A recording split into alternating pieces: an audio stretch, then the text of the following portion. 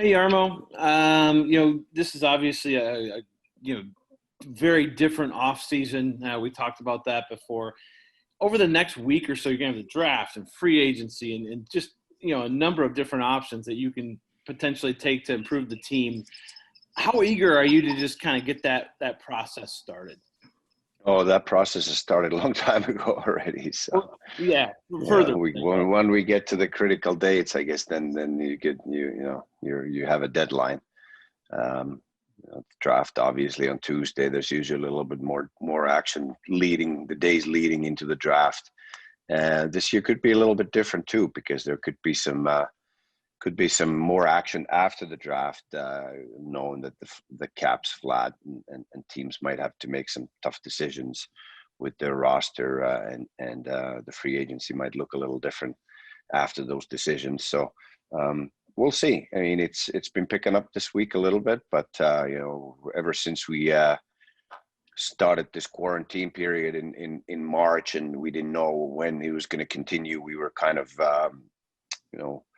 going with our off-season plans even then, in the springtime, and continued obviously after we stopped playing and through the time we were playing. So we've had a lot more time than normally to prepare for the draft and the free agency and all the decisions leading up to them. Next, we'll go to Aaron Portzline. Go ahead, Porty. Hey, Jarmo, how much work gets done in a typical draft just by the draft floor conversations, the hotel chats with other GMs, and how different is this? Obviously, you can still reach these guys, but there's less sort of community, less sort of just free conversation. Is it different for you in that aspect, or will it be different? I think the only difference really is now you're not face to face, and you like to see your colleagues and say hello and shake hands, and now it's just all on the phone, and so that's the biggest difference. But yeah, I think everybody misses going into the draft, and that's the big day for the scouts, and NHL does always such a good job with the drafts wherever they are, and the whole event is sort of the show of the year for the scouting staff, and we miss that. But I think it's going to be exciting to see what this is going to look like now that we're doing it virtually, and we're looking forward to that. Next question we have is from Jeff Svoboda. Go ahead, Jeff. Hey, Jarmo, obviously with the draft this year, it was different in some ways just because you didn't get some of the playoff games for some of the prospects that you probably would have been able to see normally, so not as many scouting opportunities, but you've also had more time probably this year to go over some game film and things like that. Just how different has it been preparing for this year's draft compared to a normal draft, with just how things kind of changed when March came along? Yeah, we missed a good month of games that we would have normally gone to, a month and a half, and the World Championship for under 18, big event, playoffs in the CHL and so forth. But now we're doing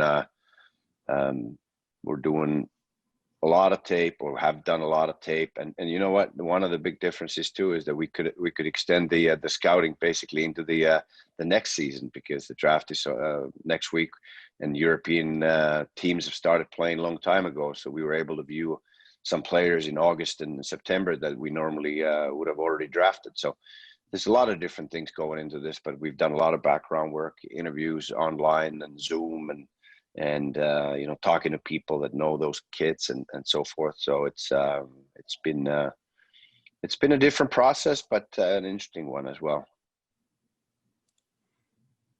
Next, we'll go to Jared Smalley. Go ahead, Jared. Hi, Jarmo.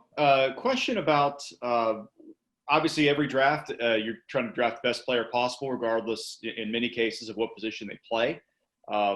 Some teams I know have different philosophies on how they go about it. As you're entering this draft, positioned where you are in the first round, is this a deal where you're just trying to address a need, or is it just simply best scouted player we've got available? We're never addressing a need in the draft, because our NHL draft is so different from, let's say, football, because you're drafting players that at least the top guys can step right in and play. We're looking at guys that are 3 to 5 years away making an impact or even making our team. And our needs could be completely different at that time. So we're always going to stick to our principle of taking the best player available. Next, we'll go to Tom Gallitti, NHL.com. Hi, Tom. Go ahead. Hi, Jarmo. Just talking about the draft day itself. Normally, you'd all be at one table and everyone would be at all the tables. And how are you guys going to be set up? Will you have a war room there in Columbus, or are you doing it? Is your staff also going to be virtual? And what are the disadvantages and maybe advantages of that compared to a normal draft day? It'll be interesting to see how it plays out. We have our director of amateur scouting here, Ville Siren's here. So it'll be us and him and the management group and our scouting coordinator, Tom Bark, in the room there. And we will have everything set up. We'll have all of our scouts on Zoom so they can hear us and see us in the conference room. And we'll have the NHL feed there and the draft board and all that stuff. So it'll be interesting to see. I saw the setup yesterday. It looks great. And I'm looking forward to a whole new experience, which there's been many this year, like the first ever virtual final scouting meetings and so forth. So there's been a lot of Zoom lately. Next, we'll go to Mark Scheig. Go ahead, Mark. Thank you, Todd. Good morning, Jarmo. Just in talking to your scouting staff and, finalizing your list, how strong would you say this 2020 class is in your mind? There's always some speculation of that, how strong. We think that it's our job to make it strong, and in 3 to 5 years we'll see how strong it was. But I think there's going to be some great opportunities as there are every year, even the years that people say that it's weak. Somebody finds a good player from mid rounds or late rounds even, and that's why a good scouting staff is valuable for an organization, and our scouts have done a great job. Next, we'll go back to Aaron Portzline. Go ahead, Porty.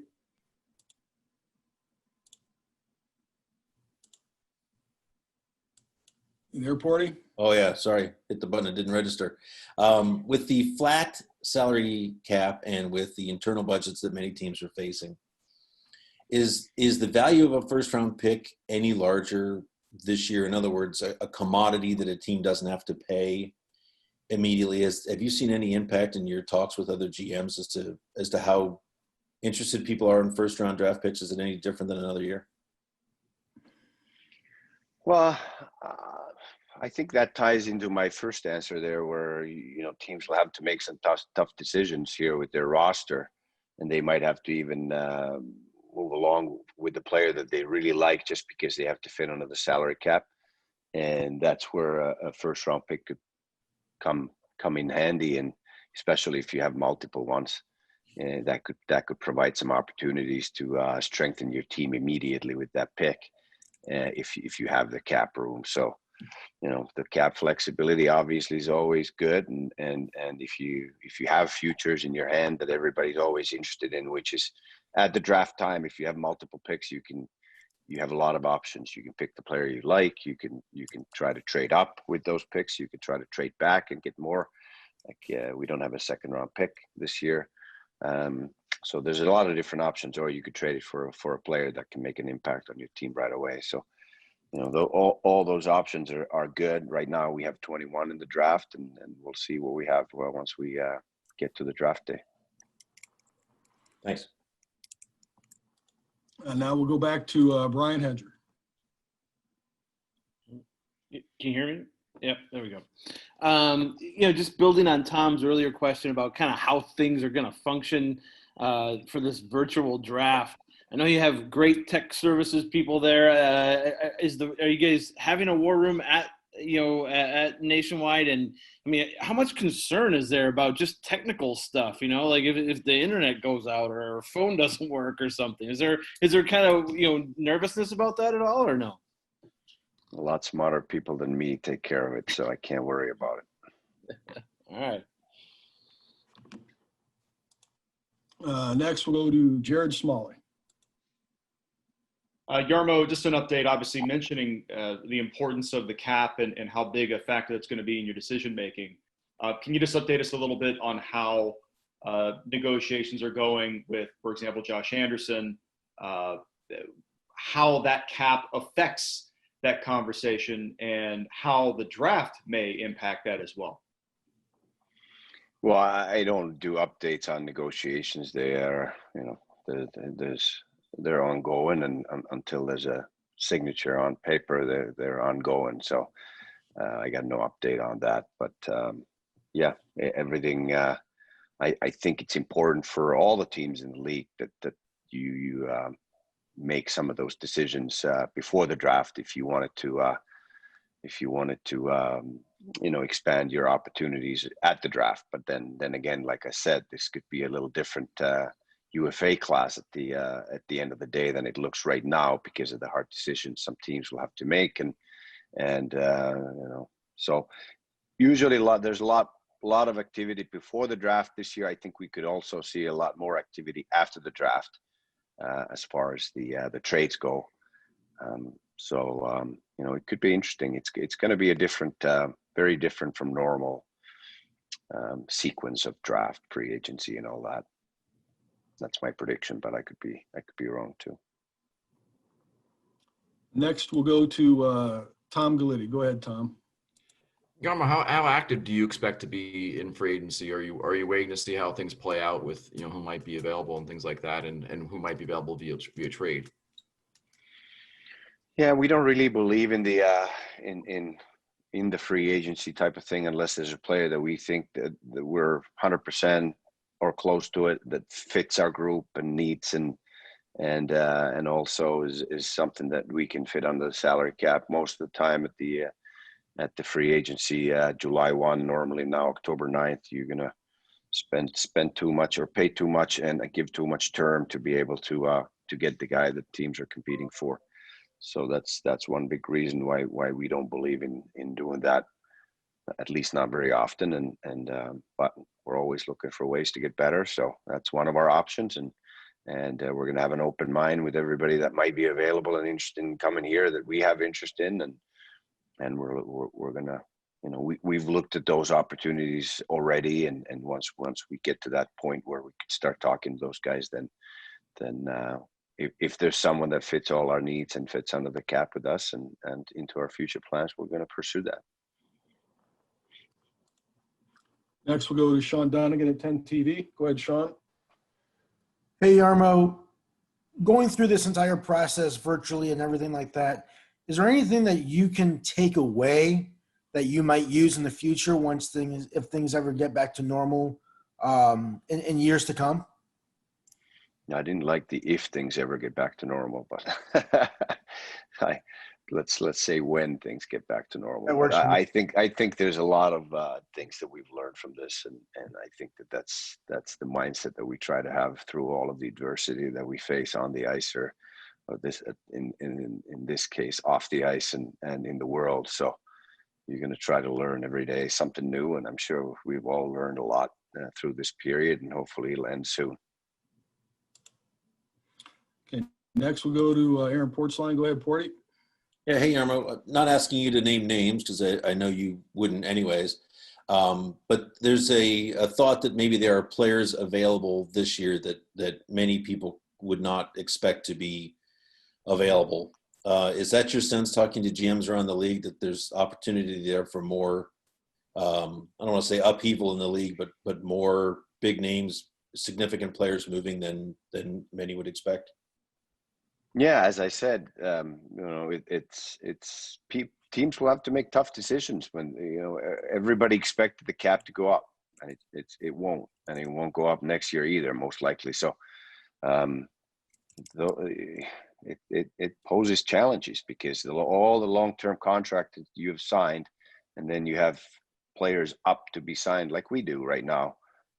We're projected in the world where cap was going up and growing every year, and now it's not. So there's a lot of teams in this league that will make hard decisions and lose a player that they really like just because they have to fit under the cap. Next we'll go back to Brian Hedger. Hey, Jarmo. I know you've said a couple of times now that you think that if there's going to be, your assumption is maybe that the trading will happen more so after the draft. Last year you went into the draft with only a couple picks, wanted to add some picks, and you did add one. Again, you don't have your full assortment this year. Do you anticipate at this draft being able to potentially add picks if you want to try and get to that, maybe get up to 6 or 7? Yeah, we'll always try that.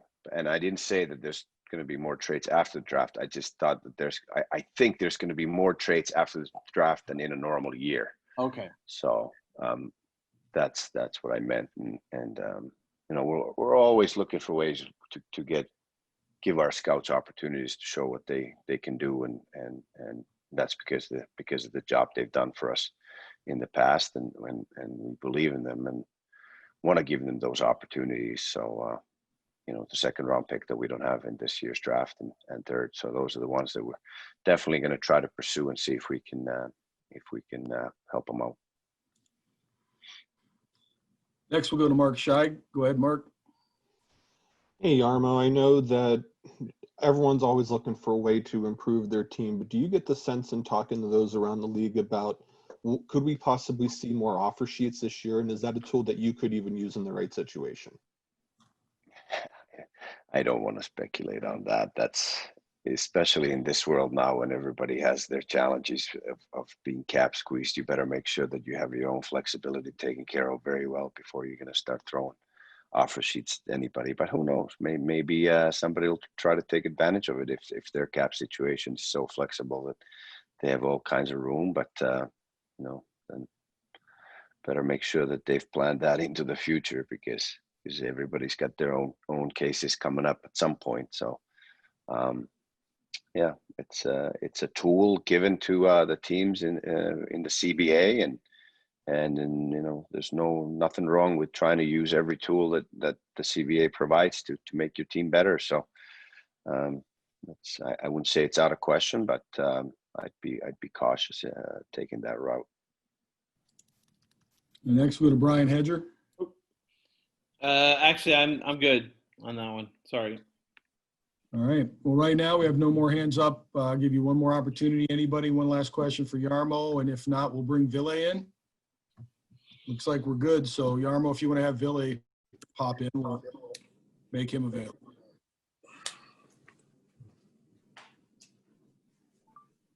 Hello, Ville. Hello. All right, everyone, this is our Director of Amateur Scouting, Ville Siren. If you have a question for Ville regarding this year's draft, please raise your hand.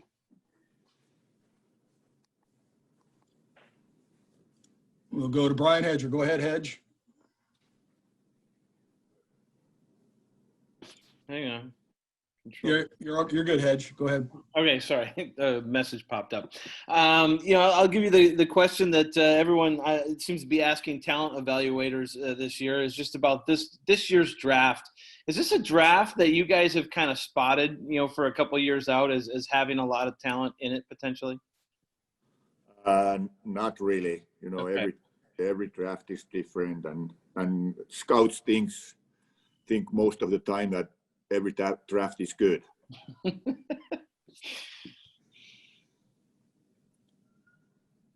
So it's not any different than other drafts. Okay. Do you ever get into that, like where you think about, you know, comparing drafts and what, you know, recent drafts maybe last year to this year, you know, what's at the top, what's out there, or no? Could you repeat it, please? Yeah. Like, do you ever get in? Like, do you ever think that way about, you know, the next draft? You think about, you know. Oh yeah. If during the season, if we see the good underrates, for sure we think that, you know, we put them in our minds for following season. So, you know, just for future preparation. Okay. Next, we'll go to Mark Scheig. Go ahead, Mark. Thank you. Hey, Ville. Obviously a different year. How much do you guys normally depend on being able to see playoff performance when evaluating? And then what have you had to adjust and, you know, making your final list? Well, you know, it was different this year than any other years, but every game is important, and playoffs for sure are more important than the regular season. But, you know, you try to see them as much as possible and go from there. And this year we had to rely on video scouting a little bit more. So that's what we have tried to do. Next, we'll go to Jeff Svoboda. Go ahead, Jeff. Hey, Ville, kind of a similar question to what Mark just asked, but obviously with this year being so different with the virus and everything, and having to do some interviews virtually, things like that, not being able to see as many games, what to you has been the most challenging part about dealing with this as you're trying to put together a draft board and a draft list? Well, it has been challenging because we missed the playoffs, but at the same time, we especially or in Europe, we had the chance to see the players, this season, the new season already. So, and it has been very good. And some guys has got better during the summer, and some guys hadn't. Next, we'll go to Aaron Portzline. Go ahead, Porty. Hey, Ville, thanks for doing this. Thank you. You didn't pick until 104 last year, and you don't have a second and a third round pick this year. If Jarmo trades that first round draft pick, have you threatened him with any sort of bodily harm at all? No. I'm sure that he does what he thinks is best for the Blue Jackets. So that's what we all want to do. Whatever is best for Blue Jackets.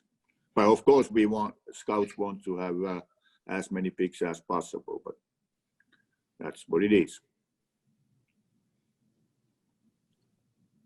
I was joking a bit with that. I know. Can you speak? I know you don't want to compare this draft to other draft years. Then that's fine.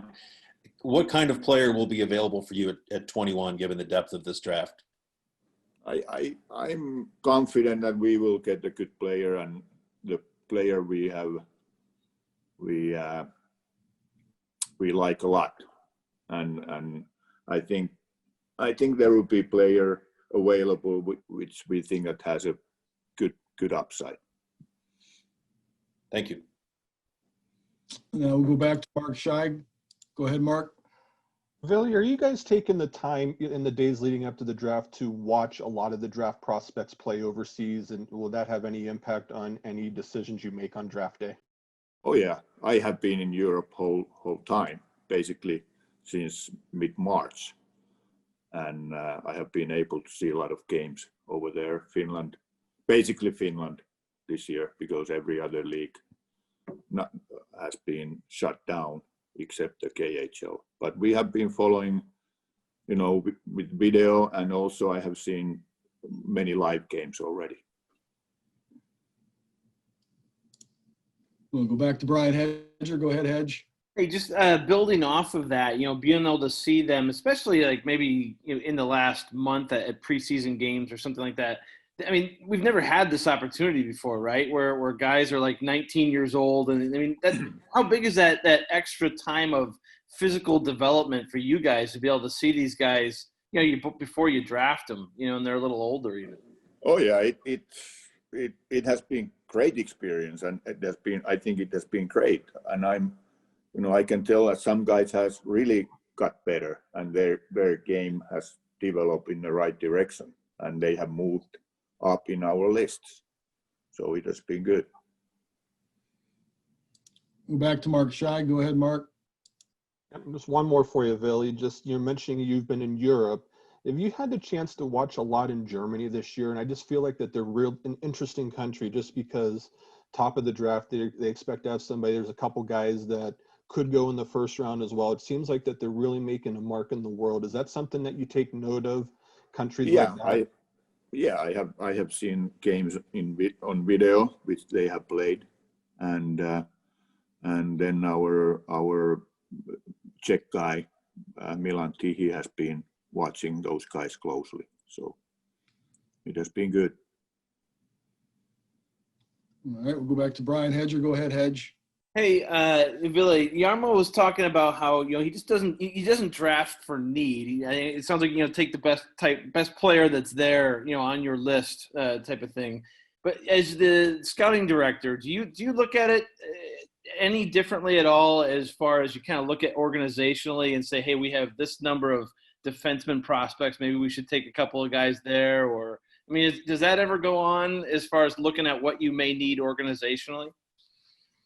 Not really. No. Of course, we talk with Jarmo about what we need, but we take the best player available.